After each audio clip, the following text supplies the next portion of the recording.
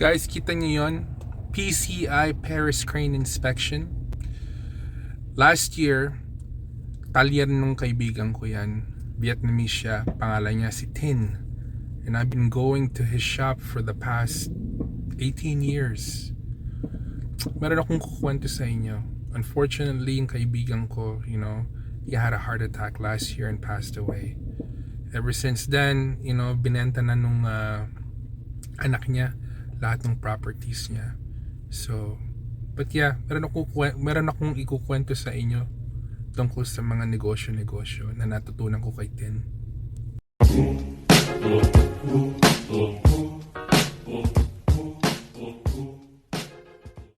So mga ate at mga kuya, we are in tambay mode. Nandito tayo sa Tim Hortons, malapit dun sa branch ni Mrs. She has an appointment with a client. Sabi niya wag na raw akong umuwi muna, half an hour lang yun, hintayin ko na siya, right? So, imbis na dun ako tumambay sa parking lot nila, kape muna ako dito sa Tim Hortons, malapit lang naman eh. Well anyways, napadaan ako dun sa talyer dati ng kaibigan ko na si Tin, right? And naalala ko yung mga payo-payo niya sa akin tungkol sa negosyo. So, I figure, mag-usap tayo, right? Topic natin ngayon guys today is huwag kayong makinig sa mga teacher nyo sa eskwelahan kung gusto nyong umasenso. Alam ko po marami magagalit sa inyo sa sinabi kong yun dahil lalo na tayo mga Pilipino, we hold education at such a high regard, and tama naman po yun, with education comes with a lot of opportunities. Pero you have to understand the world is changing, okay? Yung mga requirements dati, all the things that you had to do before may or may not apply in today's world. So you have to constantly adapt, diba? Okay, first of all guys, huwag kayong magalit kay PuTo dahil sa mga sasabihin ko because I don't want it to sound like I'm against education and I'm against listening to mga guru natin because it is a respectable position and we should respect our teachers dahil they are the ones that guide us when we're younger, diba? So sinasabi ko lang po ganito, huwag kayong magagalit kung meron po kayong gusto sa buhay, kung meron po kayong gustong marating, doesn't it make sense na tatanungin ninyo yung taong nakarating na doon or yung taong nakuha na yung gusto ninyo? Pag-isipan nyo po yun. So simpleng example lang po, kunyari nakakita kayo sa daan, merong tao nagdadrive ng magandang sports car, okay? Kaninong payo kayo makikinig? Dun sa taong nagdadrive ng sports car or dun sa tao na nagbabas? Or another example, kunyari naglalakad kayo tapos nakakita kayo, napakalaking bahay. Kanino po kayo makikinig ng payo kung gusto nyo makakuha ng malaking bahay? Yung tao na may-ari ng bahay na yon or somebody who's renting? Ganun lang po talaga. Napansin ko po kasi nung nandun sa eskwelahan ako dati, lahat po ng teachers ko, they would teach you about life, they would teach you about this, they would teach you about that. Pero karamihan po ng tao, hindi nila iniisip muna, eto nagtuturo sa akin, meron ba siya ng gusto ko? Okay. Lagi nyo itatanong sa sarili nyo yun. Yung mga tao nagbibigay sa inyo ng payo, yung mga tao na nagtuturo sa inyo, meron ba sila ng gusto mo? Okay? That's the first and only question you should ask yourself. Meron ba sila ng gusto mo? So, sa sitwasyon ko po, yes, I went to school dito sa Canada. And like I said in my previous vlogs, we did go to college, my wife and I. She went to university. I went to college. Pero hindi po namin natapos yung mga kurso namin. Because, life happens, diba? So, nung nandun po ako sa eskwelahan, bilib na bilib ako sa mga teachers ko. I thought na, okay, what if I do everything they say? Life would be good. Doors would open. And you know what? Meron pong katotohanan yun. So kaya huwag kayong magalit sa akin. Alright? Education does open doors. Pero it's not the only way to live life. Alright? Maniniwala po ba kayo kung sabihin ko sa inyo yung mga magagandang nangyari sa buhay namin ng asawa ko? Hindi po sa payo ng mga teachers. I don't even think it came from my parents. Okay? Like, you know, yung mga nagpayo po sa amin / mentor, hindi po mga teacher, hindi po mga professionals. Well, some professionals. Pero the actually three people that made a difference in our lives, that had a significant impact on us changing our mindset and us actually eventually doing better in life, are 3 Vietnamese refugees. Totoo po yun. 3 Vietnamese na refugee ang nag-mentor, quote-unquote, sa amin. Or at least sa akin. And then, you know, nahawa na lang si Mrs. Si Mrs. po, she had her own mentors. But sa akin po, 3 Vietnamese na refugees na kakilala ko na naging kaibigan ko over the years, ang mga mentors ko. Imbis na college professor, high school teachers, or mga quote-unquote mayayaman na business people. No. 3 Vietnamese na refugees po ang nagbaliktad, or they made my mindset better when it came to life, which eventually helped me to, you know, allow my family to level up.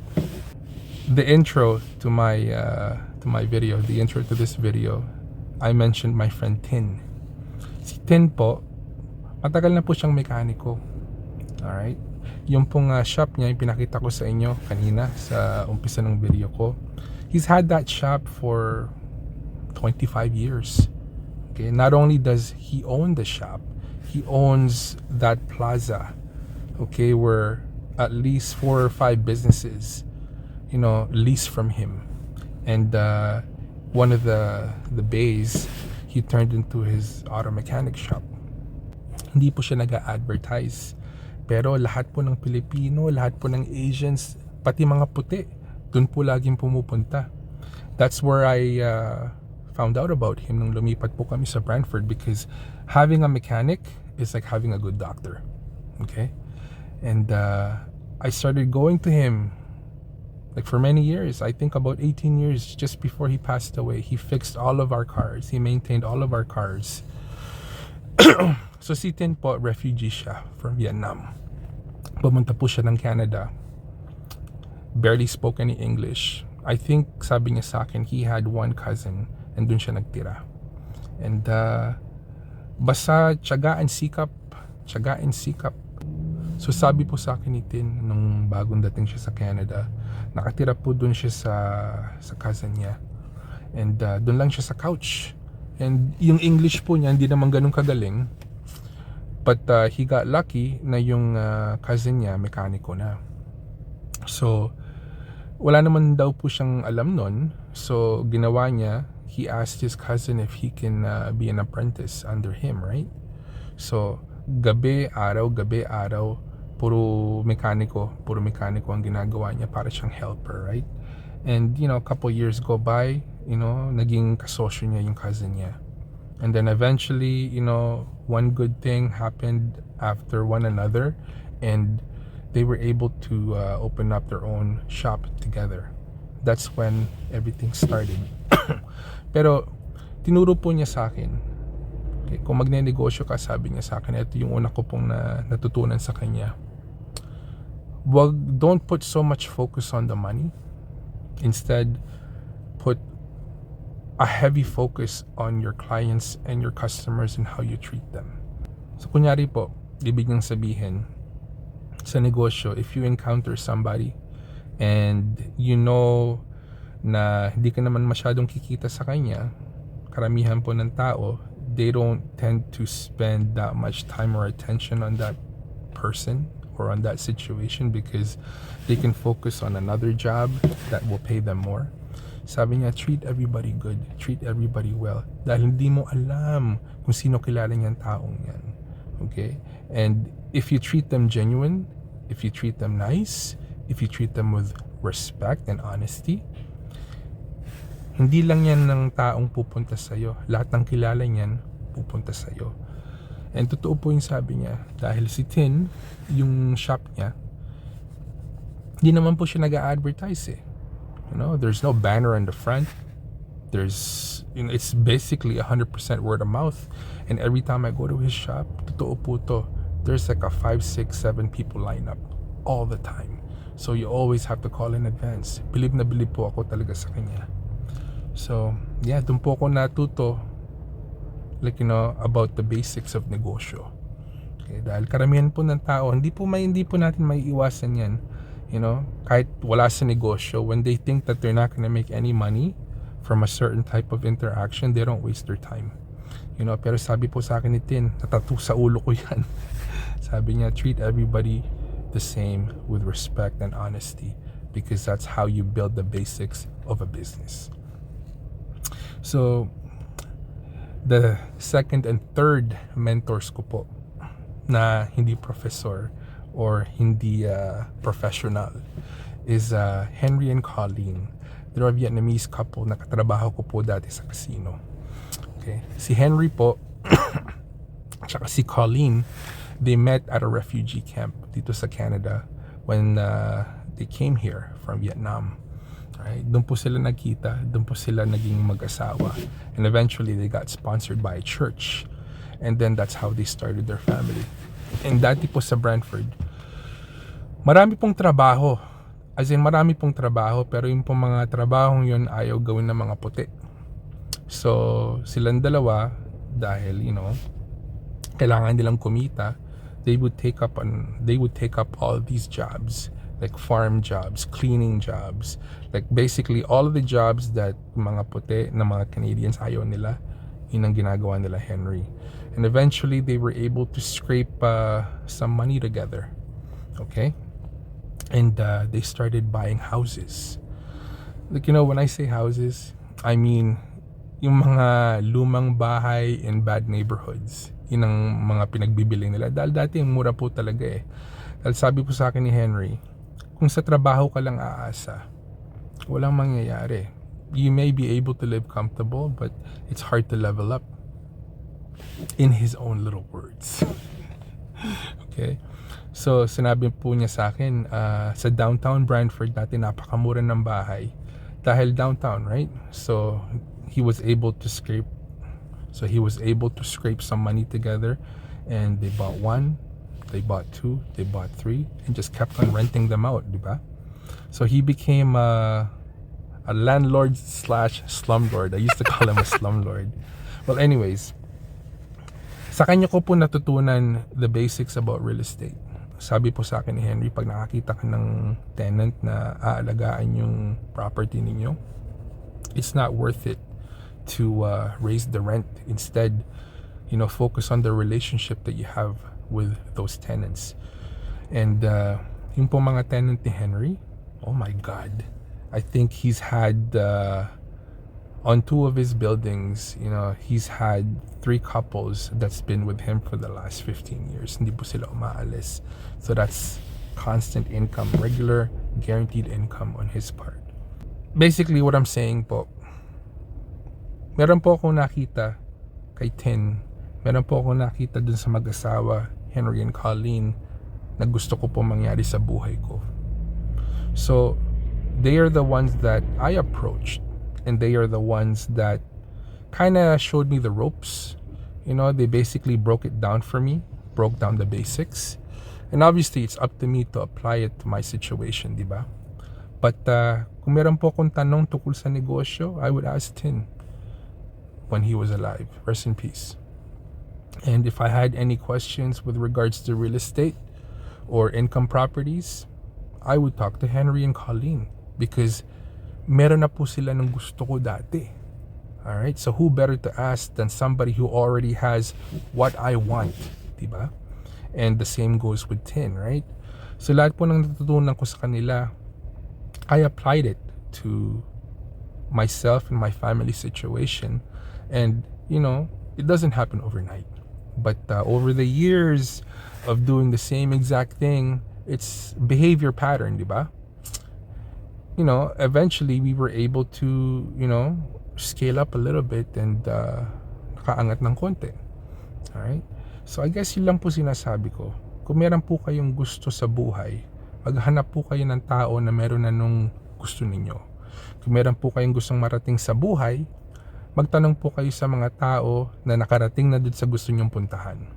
Alright?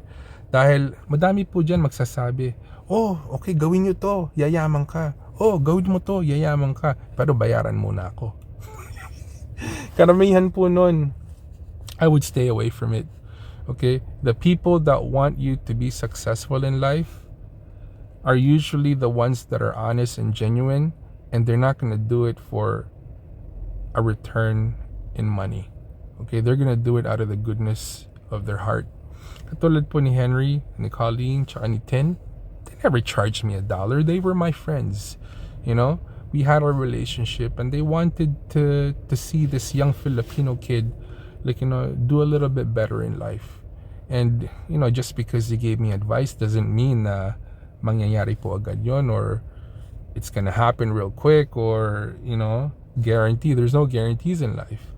I was able to take everything that they taught me, showed me, and I applied it in my own situation and family.